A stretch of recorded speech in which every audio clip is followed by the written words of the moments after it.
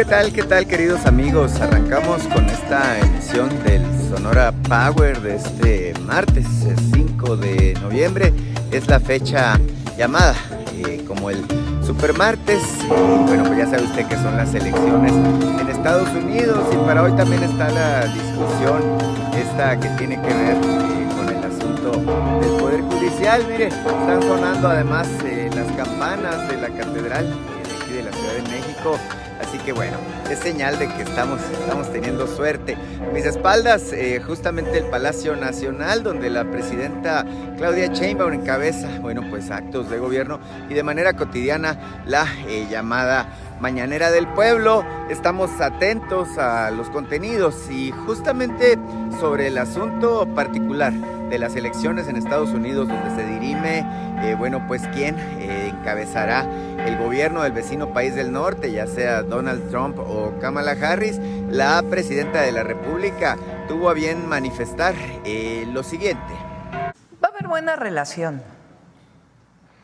Yo creo que es importante porque a veces no se tiene la suficiente información de él y de otros, de cualquiera del Partido Demócrata o Republicano, del esfuerzo que ha hecho México para disminuir la migración o la presencia de migrantes en la frontera, a través de un mecanismo muy importante de distintas áreas del gobierno que se siguen reuniendo y que ha permitido desde dar empleo en México hasta el retorno humanitario, el rescate humanitario.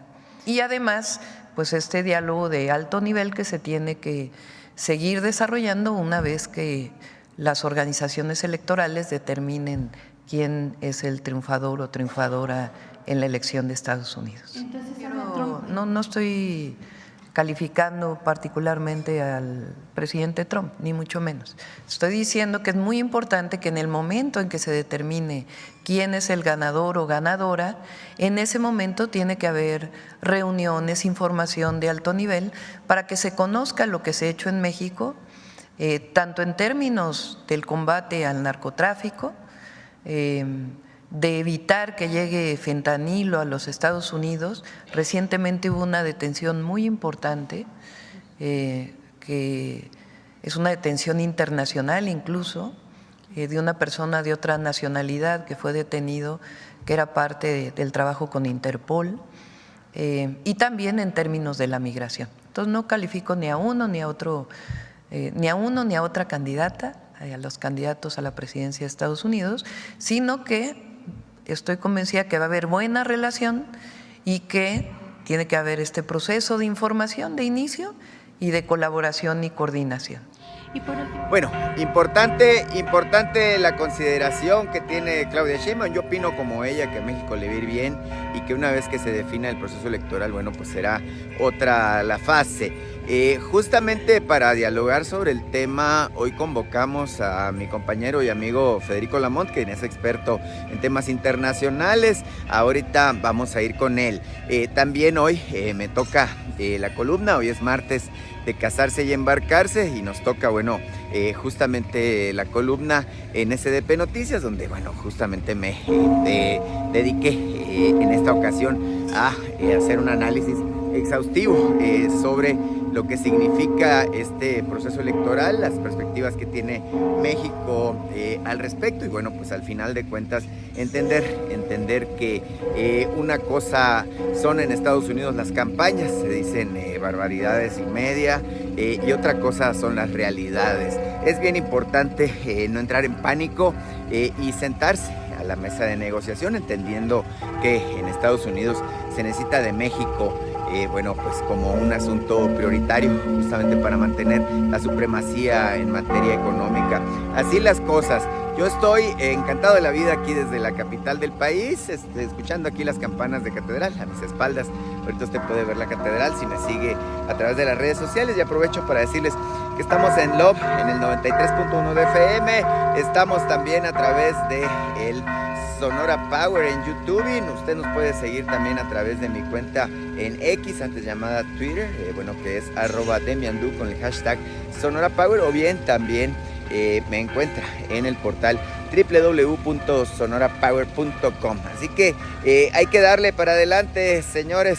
Feliz martes para casarse y embarcarse. Nosotros vamos a esa pausa y volvemos de inmediato a nuestro análisis con el experto, en este caso Federico Lamont. No se me pierdan. Feliz día, feliz martes.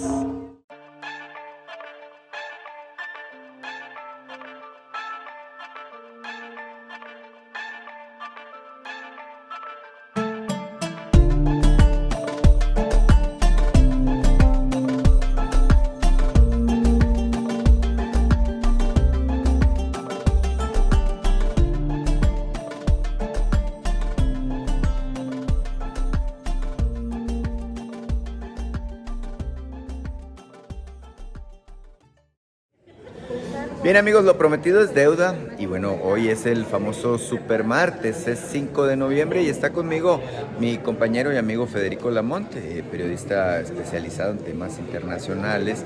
Bueno, le pedimos a Federico que nos ayude un poquito con su faro de luz para entender lo que va a ocurrir hoy en el vecino país del norte. Yo tengo una opinión al respecto que más al rato se las voy a compartir, pero queremos escuchar lo que dice Federico Lamont. ¿Cómo la ves, Federico? ¿Qué va a ocurrir? Gracias, colega, primero por considerarnos en tu espacio. Y como sabemos, es muy complejo el proceso para elegir a un presidente de Estados Unidos, porque los precursores de la Constitución favorecen a los estados pequeños sobre los estados tradicionales, y por ello Wisconsin puede tener la importancia de California por el total de delegados ante el colegio electoral. Basado en esa realidad y los 8 grandes pero a su vez pequeños estados que cambian, Donald Trump al final, donde ha permeado más su discurso, incluida Pensilvania, aunque ayer hubo un giro en la preferencia, puede alzarse con la victoria.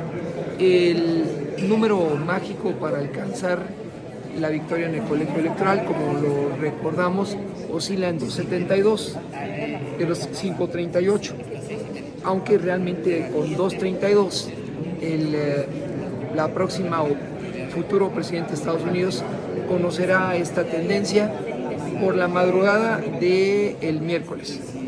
En cuanto al total de representantes ante el colegio electoral, estos 8 estados en los últimos días mostraron un empate técnico.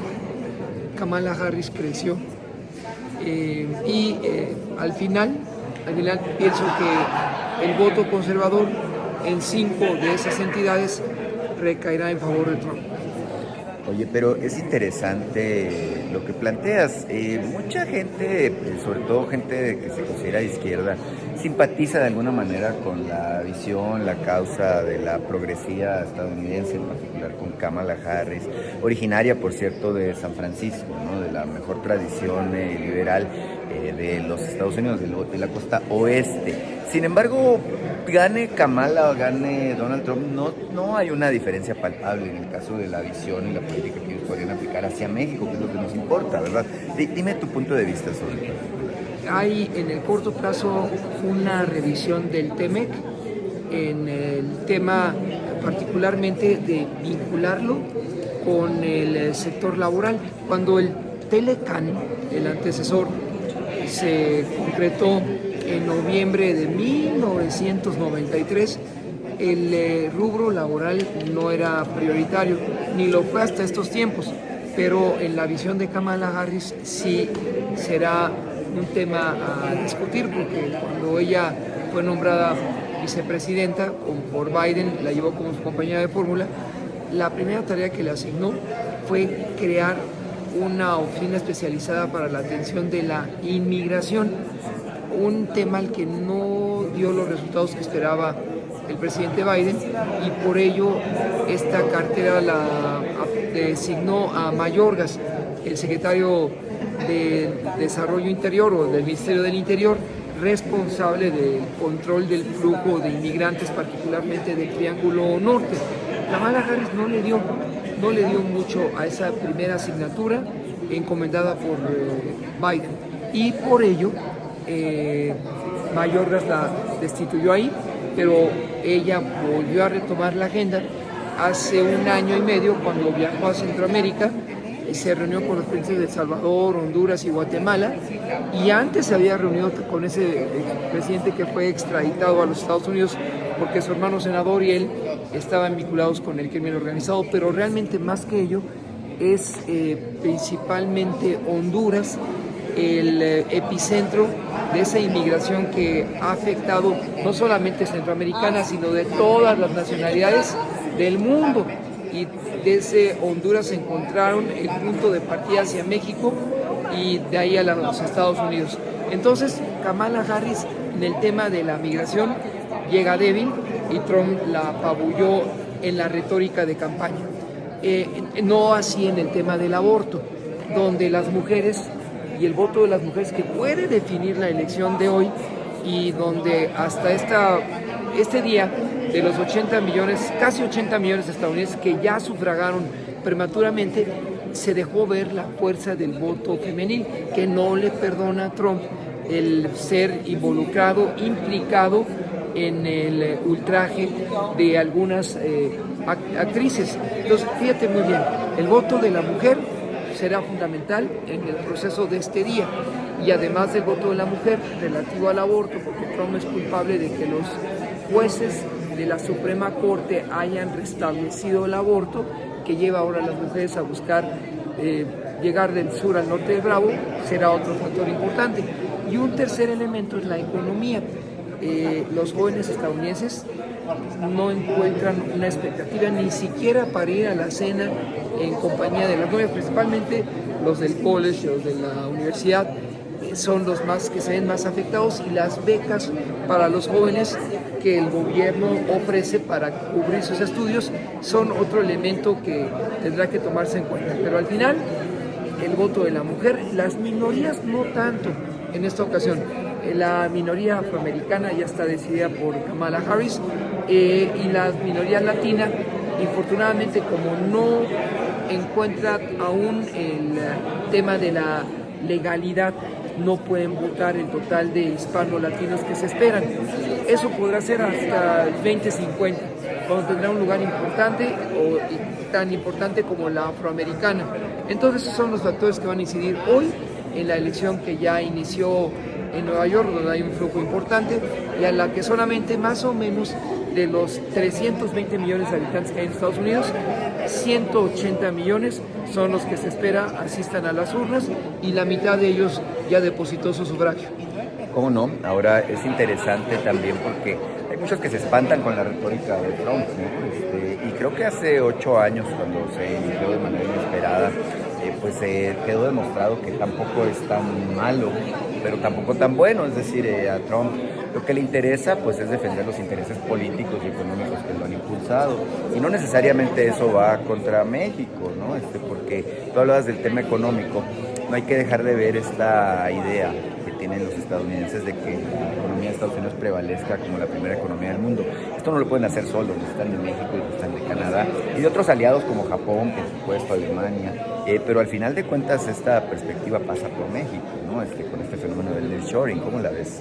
Bien, sobre este tema, además de la economía, las regulaciones, la deuda estadounidense, que mantiene en jaque a las grandes empresas ante la importancia del factor de China, dado que los chinos son poseedores o tenedores de la deuda estadounidense. Ellos pueden mover si quisieran y sacudir a la economía estadounidense, pero no lo hacen porque la República Popular de China aún no quiere asumir el liderazgo que les corresponde a nivel mundial. Realmente es la primera economía mundial, ya desplazó a Japón desde el 2012 y compite cerca de la estadounidense, pero ellos ya son la primera economía mundial. Ese es un tema que mantiene hoy en la incertidumbre al inversionista extranjero, al que desea llevar su capital a Estados Unidos, porque no saben finalmente cómo va a terminar esa situación del enfrentamiento comercial entre China y Estados Unidos. Si gana Trump, la confrontación comercial con Beijing será abierta. Además, Trump fue quien reconoció a Taiwán en su primer mensaje como presidente de Estados Unidos en el 2017. Llamó a la presidenta de Taiwán, su aliada, y dijo que Taiwán era un país. Después se enmendó. La página eso enfureció a China y llevó a Xi Jinping a visitarlo en su casa de Mar-a-Lago, allá en Florida. China es un factor importante en la economía estadounidense. Hay inflación. Esto se traduce en un incremento en los precios, como varias entrevistas que Trump ofreció incluso a la comunidad latina. Esto se dejó ver. Entonces la economía va a incidir también en el ánimo del votante, esto en detrimento de Biden, y también el electorado estadounidense ve al Partido Demócrata débil por el retiro anticipado el pasado mes de julio de Biden, que dejó abierto el camino a Kamala Harris. Entonces ahí ven una debilidad del Partido Demócrata. Hay algunos que piensan que fue un golpe premeditado en contra de Biden, y estos son finalmente los factores psicológicos, emotivos, que van a incidir en la mitad de los electores que ya están acudiendo a las urnas en Nueva York, que nos lleva 3 horas, y lo hacen desde hace 3 horas allá en la Unión Americana. Claro que sí, bueno, conversamos con Federico Lamont sobre lo que va a pasar hoy. El resultado pues es incierto, hay un empate técnico, tú me decías que el viernes más o menos se sabrá quién al final de cuentas ganó en el colegio electoral, porque esto se mueve mucho, por experiencias pasadas, recientes, estas elecciones cerradas en Estados Unidos que son un volado, pues pueden inclinarse hacia cualquiera de los dos lados. Yo tengo mi opinión al respecto, de que igual Kamala o Trump al final del día nos tendrían que ser relativamente indiferentes, puesto que México pues maneja una agenda distinta, y quien quede electo presidente se tendrá que sentar a la mesa de negociación con la presidenta Claudia Sheinbaum. Esa es la visión que yo tengo. No sé si la compartes. No, de acuerdo. No bajo la amenaza de un discurso electorero como el mostrado por Trump en estos días, de establecer aranceles. Lo propuso en el 2019, Exacto. Lo recordarás. El canciller Ebrard le respondió. Al final México también fortaleció su frontera, llamada el santuario de la inmigración del Triángulo Norte. Ese fue el mensaje de Trump. Él ya, a través de su yerno Jared Kushner, pues ya tendrá comunicación con el secretario de Economía. Se fortalece el secretario de Economía. El canciller de la Fuente tiene que mostrar más oficio, lo tiene también. Seguro ya encontró un interlocutor al interior del Partido Republicano como al Partido Demócrata, y en este caso en el ámbito republicano el secretario de Economía se ve más sólido por su cercanía con Jared Kushner, como lo mostró hace 4 años. Así se va a mover esto, y Trump, de ganar ya la próxima semana, estará enviando un mensaje a la presidenta Claudia Sheinbaum para fijar la ruta de los primeros 100 días en la Casa Blanca, desde el 20 de enero cuando tome protesta, o Kamala Harris, si esta es la historia. También cuenta con una ex embajadora de Estados Unidos en México, que estuvo trabajando cerca de ustedes allá en Sonora hace algunos años. Fue asesora para temas de la relación bilateral entre un estado específico de Arizona con Sonora, y ella fue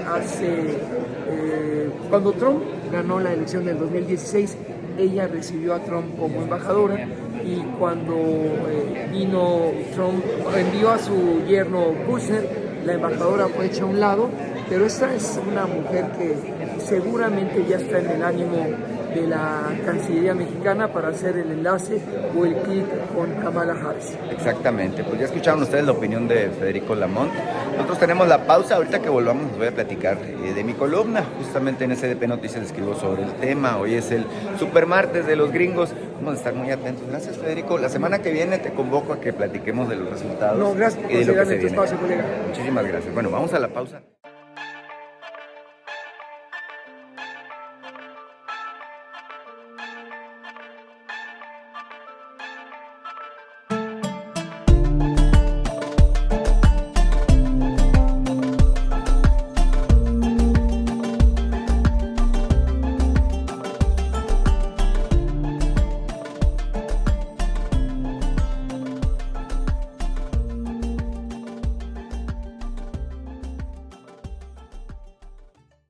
Bien amigos, ya estamos de regreso con más de esta emisión del Sonora Power. Recuerdo que soy su amigo Demian Duarte, que estamos en Love en el 93.1 de FM, también a través del Sonora Power en YouTube, y que usted nos encuentra en X a través de la cuenta @DemianDu y en internet www.sonorapower.com. A ver, les decía de mi columna en SDP Noticias, en ella hablo justamente de esta situación que tiene que ver con la perspectiva de elegir a Donald Trump o Kamala Harris. Opino con la presidenta que a México igual le va a ir bien. Mis razones son que Estados Unidos al final de cuentas nos necesita. Y no es lo mismo que Donald Trump ande haciendo aspavientos en campaña que una vez que esté gobernando. Se les recomiendo, por favor. Hoy martes, también es un día clave al respecto del tema que tiene que ver con la votación de la Corte. Hoy uno de los medios de la derecha, qué interesante, manda a uno de sus reporteros a preguntarle a la presidenta si ha dimensionado el efecto que esta reforma tendría sobre la economía. Creo que la presidenta lo puso directamente en su lugar al decirle, oye, ¿por qué vienes a mí a preguntarme? ¿Por qué no le preguntas a la Corte? Ellos son los que están, válgame pues, invadiendo materia que no les corresponde. Vamos a escuchar con atención esta respuesta. ¿Por qué no le preguntan a la Corte? ¿Por qué le preguntan a la presidenta? ¿Por qué no le preguntan a la Corte, el presidente de Coparmex, sobre su decisión? O sea, porque quienes están violando la Constitución es la Corte. Quienes están sobrepasándose en sus funciones es la Corte. Entonces, ¿por qué el periódico El Financiero, Coparmex, no le pregunta a los 8 ministros de la Corte si ya sopesaron bien su decisión? Si 8 ministros pueden ir en contra de un pueblo de millones y millones de votos, por ahí de 36 millones. Si ya preguntaron a la Corte si puede ir en contra del constituyente. O sea, ¿por qué el tema es de la presidenta? Cuando es la Corte quien está queriendo legislar, cuando no tiene esas funciones en la Constitución. 8 ministros, por encima de la Cámara de Diputados, de la Cámara de Senadores, de la mayoría de los congresos locales, de la soberanía que está en el pueblo. Entonces habría que preguntarle, habrá que dirigir este cuestionamiento a los 8 ministros de la Corte y ministras. ¿Por qué la Corte no sopesa eso? Porque la decisión hoy está en ellos. Hoy van a empezar la discusión. Entonces, esa pregunta hoy recae sobre los ministros y las ministras, no recae sobre la presidenta. O sea, lo que está haciendo la presidenta hoy es decirle al pueblo de México que su voluntad la cumplió el constituyente, y quien está poniendo en tela de juicio esa decisión es la Corte. Entonces, por eso digo, todo a su tiempo. Hoy le toca a la Corte, no le toca a la presidenta. Hoy le toca a la Corte la decisión. Entonces la pregunta es a la Corte, ¿ya sopesaron las y los ministros de la Corte la decisión que van a tomar? O sea, ¿por qué ahora dicen que defienden la democracia, que defienden la Constitución? Bueno, si defendieran la Constitución, pues estarían defendiendo lo que ya decidió el constituyente. Entonces, el día de hoy esa decisión recae en la Corte, no en una minoría que quiere mantener sus privilegios. Bueno, la verdad es que sí es de mucho impacto lo que le responde la presidenta, pero yo agregaría un detalle. ¿Y por qué no consideran el efecto negativo que tiene sobre la economía y sobre la generación de empleos la corrupción, la protección de intereses inconfesables y el hecho de que las cortes, los juzgados estén entregados a favor de intereses, algunos delincuenciales, otros de corruptos, otros de evasores fiscales y otros tantos más de intereses de grupos criminales, algunos más de intereses del exterior. Bueno, la verdad es que es un gran tema. Mire, nosotros tenemos pausa. Cuando volvamos tenemos entrevista con la senadora por Sonora, Lorenia Valles San Pedro. Muy, muy interesante la plática que tuvimos con ella. Vámonos a la pausa y regresamos, pues.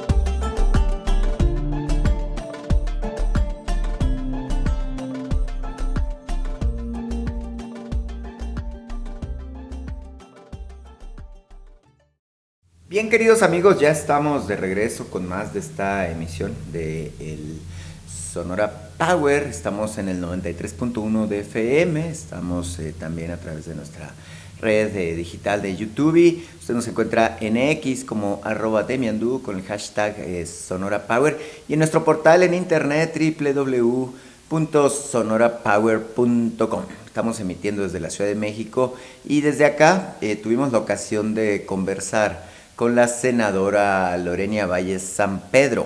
Lo primero que le pregunté a Lorenia es cómo se siente ante la perspectiva de tener a la primera mujer presidente. Ella es mujer. Lorenia Valles ha tenido toda su vida, bueno, pues luchando justamente cuesta arriba contra esto que le llaman el patriarcado, que en política es mucho más pesado, porque los hombres en política pues ocupaban todos los espacios. Hoy, bueno, pues la realidad es distinta. Tenemos senadora, tenemos a la primera mujer presidenta, tenemos una perspectiva distinta. Vamos con Lorenia a esta primera parte del espacio de la entrevista. Decirte que estoy muy contenta. Primero, porque es la primera mujer que llega a la presidencia de la República. Segundo, porque dará continuidad a todos los logros que alcanzó el presidente Andrés Manuel López Obrador y construirá esto que le hemos denominado el segundo piso de la Cuarta Transformación. Veo como tú a una presidenta fuerte, decidida, con claridad de lo que quiere para nuestro país y con una ruta muy bien marcada.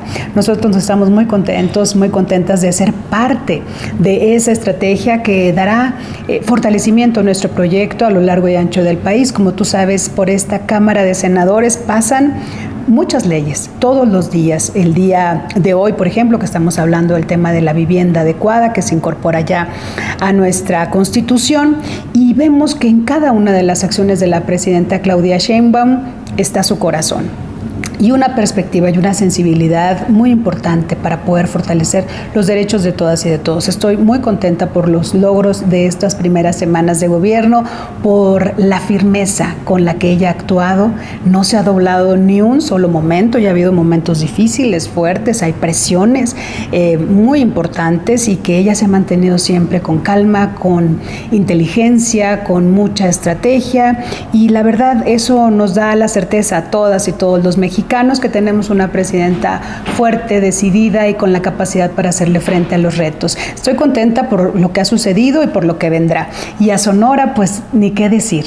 Primero tenemos un gobernador, el doctor Alfonso Durazo Montaño, que tiene mucha claridad de lo que quiere para nuestro estado, que ha sentado las bases ya para un proyecto de largo alcance, y me da mucho gusto escuchar cada vez que se menciona el Plan Sonora. La presidenta lo ha hecho, ha reconocido el trabajo del gobernador.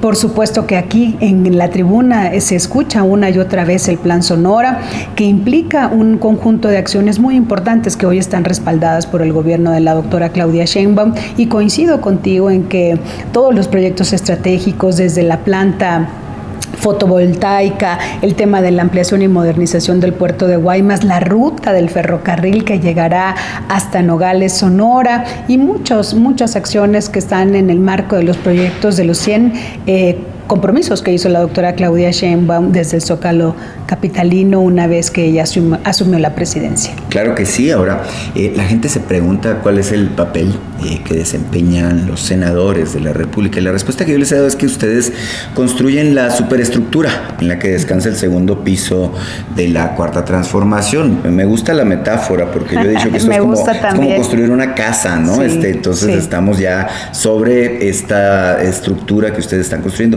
Me gustó mucho lo que hicieron con los trenes, me gustó mucho las reformas que han sido, avaladas desde aquí, desde el Senado de la República. ¿Qué crees que se está cocinando, Lorena?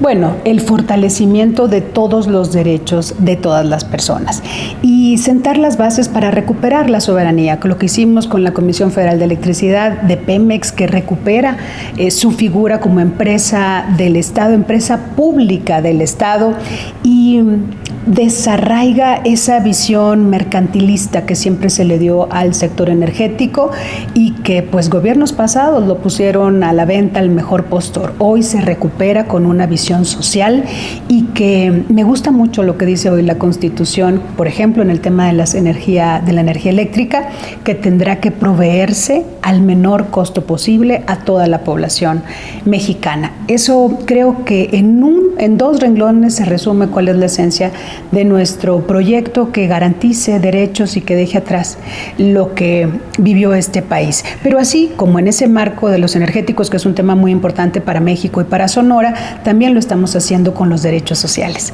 Ya se convirtieron en derechos sociales todos aquellos programas que empezaron en el gobierno del presidente Andrés Manuel López Obrador: Sembrando Vida, Producción para el Bienestar, el apoyo para los pescadores de pequeña escala, los precios de garantía. Y bueno, pues ya queda en la Constitución también enmarcado que a partir de los 65 años todas y todos los mexicanos recibirán su pensión como adulto mayor, y también se amplía, importante recordarlo, se amplía la edad de 0 a 64 años de manera universal. Todas las personas con discapacidad reciban esa pensión no contributiva. En ese sentido, decirte que vamos a seguir sacando adelante primero las 20 iniciativas que presentó aquel aniversario de la Constitución el presidente Andrés Manuel, que formaron parte de nuestra propuesta política en el marco de la elección del 2024 y que bueno, hoy son compromisos que hemos asumido y hemos estado sacándolos adelante. Lo mismo sucede con el tema de la vivienda y, como tú bien comentas, con el tema de los trenes. Pero así, con todo el andamiaje jurídico que necesitamos reformar en la Constitución, en las leyes secundarias, e importante decir que la doctora también, además de las iniciativas que ya presentó el presidente Andrés Manuel, en su momento, ahora la doctora Claudia Sheinbaum, nuestra presidenta de la República, presentó 11 iniciativas. Las primeras que ella presenta, el primer paquete de iniciativas, todas tienen que ver con los derechos de las mujeres. Y claro, ya pasamos a la igualdad sustantiva, la llevamos a la Constitución, y eso de verdad es algo muy importante, muy simbólico, y vamos a estar sacando adelante el resto, las 10 que quedan, cada uno en su momento procesal, pero decirte que me da mucho gusto que ella haya priorizado como el primer paquete las mujeres, los derechos de las mujeres, y garantizar con ello que este país sea cada vez un país más igualitario. Bueno, ahí está Lorena, en sus propias palabras, no me deja mentir, la senadora. Mire, nosotros tenemos la pausa. Cuando regresemos vamos a la segunda parte de esta entrevista que nos ofrece en exclusiva para el Sonora Power la senadora por Sonora, Lorena Valle San Pedro.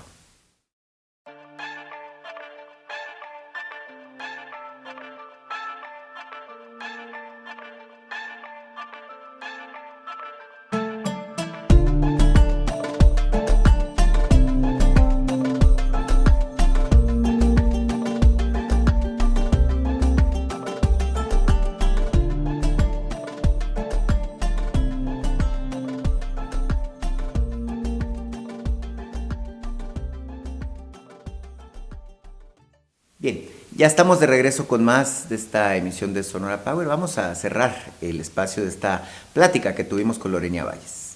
Bueno, ¿con qué actitud estás trabajando tú aquí en el Senado? Bueno, primero con mucho entusiasmo, con mucha alegría, con mucha disposición y mucho compromiso. Lo dijimos siempre, esta es la primera vez que Sonora tiene senadora. y la verdad, junto con mi compañero Heriberto Aguilar, hemos estado trabajando de manera muy decidida.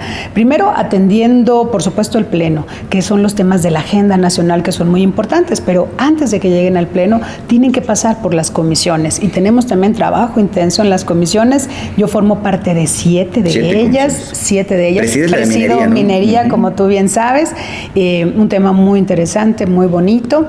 Pero también estoy en relaciones exteriores, estoy en economía, estoy también trabajando muy, muy de cerca con todos los temas a través de la Comisión de Estudios Legislativos y Medio Ambiente, que me parece a mí muy importantes los temas y que van muy encaminados. Y también estoy en energía. Ahora es una comisión en la que nunca había estado como legisladora, me ha gustado mucho, estoy aprendiendo, estoy estudiando y fíjense que eso también es algo que es bueno que sepa la gente. Cuando uno llega al Pleno, es el resultado final de un proceso legislativo, obviamente, pero también del trabajo de cada uno de los senadores y senadoras. Hay que estudiar mucho cada semana, hay que leer los dictámenes, hay que tratar de participar en la tribuna, que a mí me gusta mucho hacerlo porque es una manera de informar también las reformas que estamos impulsando y, por supuesto, el trabajo de gestión que no abandonamos. Estamos siempre atendiendo gente, grupos, aquí y allá, en donde hay diferentes temas que nos llegan y tratamos de dar seguimiento. Entonces, con mucho entusiasmo, con alegría, con compromiso y haciendo un gran esfuerzo. A veces son días largos, días difíciles, días donde terminamos de madrugada, días donde se extraña a veces también a la familia, estar en Sonora, pero tratamos lo más que podemos. En cuanto hay una chancita, vamos y volvemos y seguimos atendiendo los temas acá, pero estoy muy contenta, muy, muy contenta y muy agradecida con la confianza de la gente en todo Sonora que nos dio la posibilidad de representarles aquí. Claro, de hecho, a pesar de la intensidad con la que están trabajando, bueno, pues también el corazoncito y la tierra llama, ¿verdad? Sí. Y la misma presidenta les puso un reto, ¿no? Sí. Es decir, también tienen que estar en territorios, lo que dijo la presidenta Claudia Sheinbaum. ¿Cómo estás combinando ambas cosas? Bueno, pues en cuanto acaban las sesiones tratamos de salir corriendo al estado, de atender la agenda allá también y de poder ver a la familia un ratito y regresarnos. Estamos divididos entre Sonora y la Ciudad de México, pues a veces son 4 o 5 días acá y el resto allá para poder también atender los temas allá. Pero como bien comentas, por supuesto que la sangre y el estado llaman y estamos cada semana haciendo la tarea de visitar, de cumplir, de atender y de ver a la familia, que yo creo que todas y todos estamos convencidos que es parte del motor que nos motiva a seguir avanzando, el poder tener a nuestra familia bien, en las mejores condiciones, estar cerca y bueno, pues eso también es parte de la tarea que hacemos. Por supuesto, la Comisión de Minería es muy importante. Hay que recordar que el sector minero es la principal actividad productiva en nuestro estado, representa más del 25%. Así es. Y la red de proveeduría y servicios más o menos otro 25%. Entonces estamos hablando de un sector con mucho impacto en Sonora. Dime cómo estás integrando los trabajos de esta comisión en particular. Sí, fíjate que ya llevamos a cabo la instalación de esta comisión y hemos empezado en un proceso de escucha a los diferentes organismos, que hay muchas organizaciones en torno al tema, entre ellas pues la propia Cámara Minera, también la Asociación de Ingenieros Mineros y Metalúrgicos y en fin una serie de organizaciones que hemos venido atendiendo, escuchando, tomando nota de algunas sugerencias, de algunas visiones, de diferentes perspectivas y hemos estado en ese ejercicio. Ha sido muy bueno para nosotros como legisladores, legisladoras y creo que también ha sido bueno para ellos porque hemos establecido canales de comunicación, identificado algunas preocupaciones y por supuesto atendido algunas de sus invitaciones. Estuve recientemente allá